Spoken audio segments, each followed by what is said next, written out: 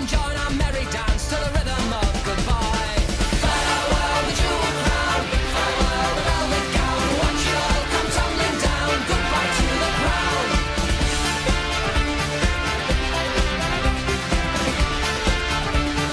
Goodbye to the crown, goodbye to the king of nothing really, wave of a hand and a life of Riley, pot Nazi, pot King Billy, goodbye to the crown. Goodbye to the dear old mum, mummified on gin and rum, smile and wave and just play dumb, goodbye to the crown. Farewell the jewel crown, farewell the velvet gown, watch it all come tumbling down, goodbye to the crown. Hello there, you're watching The Monarchy, presented to you by me, Samson Sees. We are still bringing you the counter-mainstream topics that surround the one and only Great Britain.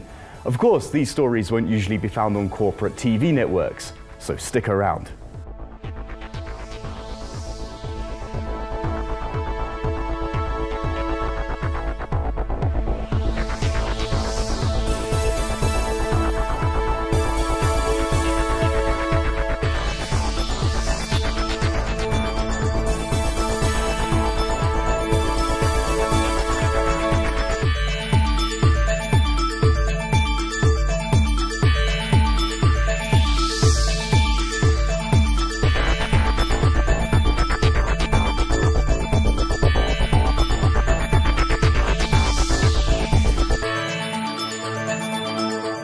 We will get to all that in a jiffy, but first, let's get updated with this week's news headlines from Britain.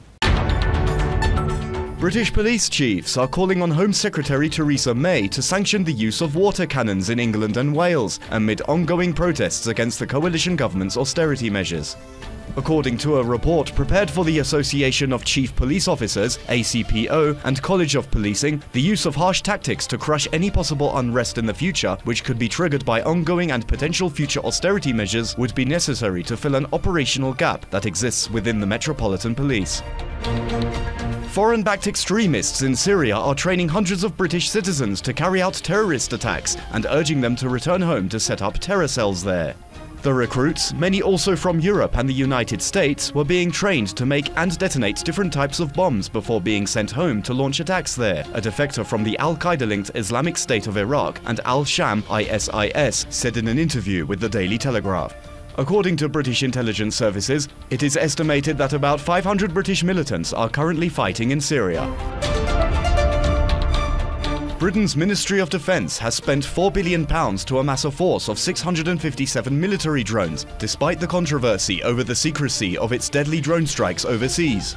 The fleet includes 10 Mk9 Reaper drones, which are armed with laser-guided bombs and Hellfire missiles and are capable to hover 20,000 feet above targets for over 20 hours. It also consists of some 324 Black Hornet nanomicro helicopters, 222 Desert Hawk UAVs, 63 Watchkeeper drones, 30 Tarantula Hawks, and 8 Scan Eagles. British hospitals across the country are running out of intensive care beds in a crisis that has resulted in hundreds of the most urgent operations being cancelled. Many UK hospitals repeatedly did not have enough critical care beds for all patients during the period from November up to last week. On an average day, 30 hospitals have run out of beds on intensive care and high dependency units, according to the NHS data.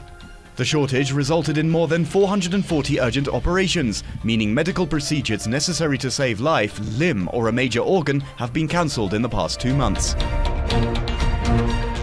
Former Prime Minister Tony Blair could face legal action amid claims he connived with Colonel Gaddafi to block a multi-million-pound compensation claim by IRA victims.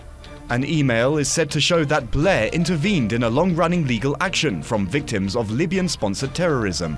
The email suggests Blair helped to broker an agreement between Gaddafi and US President George W. Bush, which saw Libya pay a one-off £1 billion in compensation to US victims of terrorism to settle all actions. Lawyers said the disclosure of the email reported in the Sunday Telegraph could form the basis for legal action in the UK.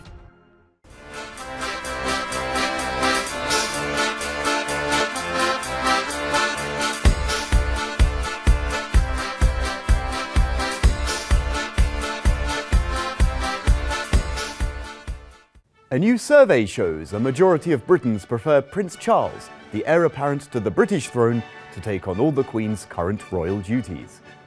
According to the YouGov poll for the Sunday Times, some 42% of Britons want Queen Elizabeth II to let the Prince of Wales take the throne, compared with 36% who want her to continue. Furthermore, about 53% of those polled said they would prefer Prince Charles to succeed the British Queen, compared to 31% who said they want Prince William, Duke of Cambridge, to inherit the throne straight from his grandmother. An earlier Sunday Times YouGov poll found that 48% of Britons say Queen Elizabeth II should abdicate in the event that she becomes too ill to perform her public duties, compared to only 43% who believe she should continue in those circumstances. The survey of 1,945 people in May last year also indicated that 53% of Britons say the Queen should resist calls for abdication and remain in her role for life, representing a fall from 64% in March 2013. In April last year, Dutch Queen Beatrix abdicated in favour of her eldest son, William Alexander, saying she wants the new generation to take the country's responsibility. Prince Charles is the longest-serving heir apparent in British history. The previous record of 59 years, 2 months and 13 days was set by his great-great-grandfather, King Edward VII. The Prince of Wales became heir apparent at the age of 3 when his mother, Princess Elizabeth, acceded to the throne on the 6th of February 1952.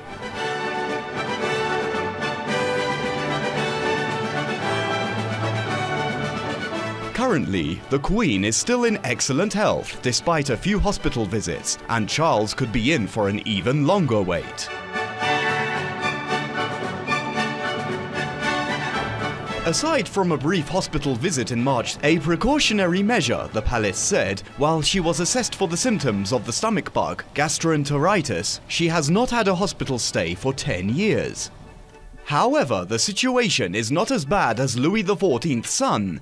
The 72-year reign of Louis XIV of France, Europe's longest, ended in 1715. He had outlived his eldest son, eldest grandson, and 2 great-grandsons, whose little brother, the new Louis XV, was 5.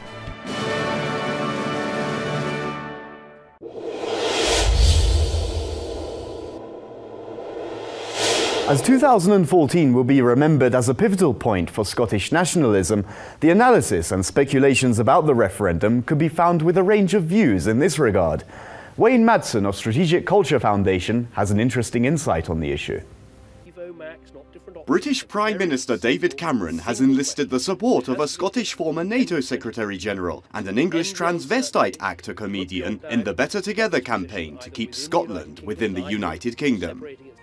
English politicians and their Scottish quislings are growing concerned about the lacklustre performance of the No campaign in the lead-up to the September 18, 2014 referendum in Scotland that will simply pose the question to voters: should Scotland be an independent country?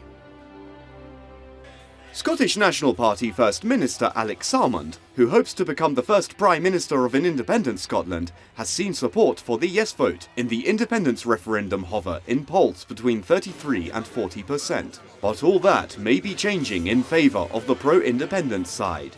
We will get a yes vote, there's absolutely no doubt about that. We've seen a shift in the polls. Recently, we've seen that when people are exposed to the yes arguments, they shift to yes. So it's about making sure that we continue our positive conversations, our yes conversations that we're doing right across the country. And we need to continue informing people about the benefits of independence. And our research shows that when people are informed about the benefits of independence and they understand what is on offer, they switch to yes. So we have 8 months to continue doing that and campaigning in that direction.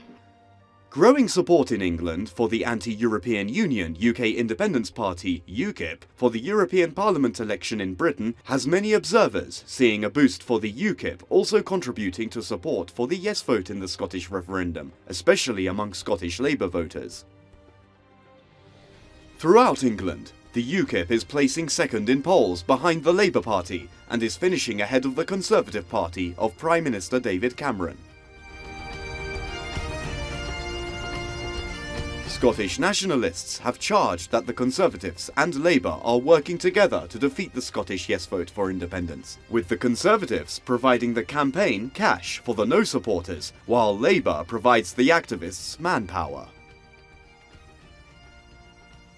A rightward tilt by England in favour of the UKIP could result in left-wing members of the Scottish Labour Party opting to support the SNP in the referendum.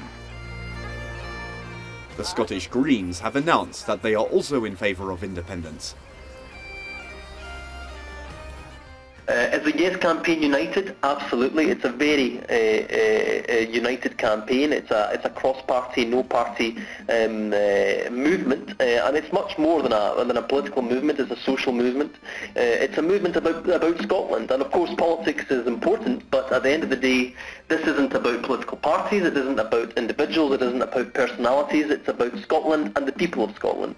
And so many people who have not been involved in politics in the past are now starting to get involved in this movement, in this campaign, because as I say, it's not just about politics and politicians, it's about Scotland as a whole and the future of our country.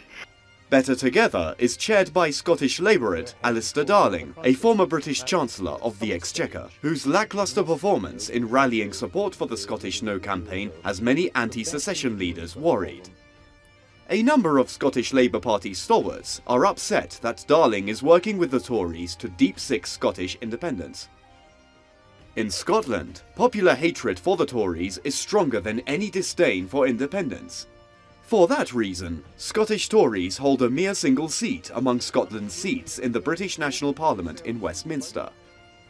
Former NATO Secretary-General Sir George Robertson, a Scottish Labourite, was enlisted to pen an op-ed column that appeared in a number of newspapers in the United States, including the pro-establishment Washington Post, warning how Scottish independence would re-Balkanize Europe. Robertson used the tired old refrain of how Spain's Catalonia and Basque regions would follow Scotland into independence, with Belgium's Flanders joining the fray.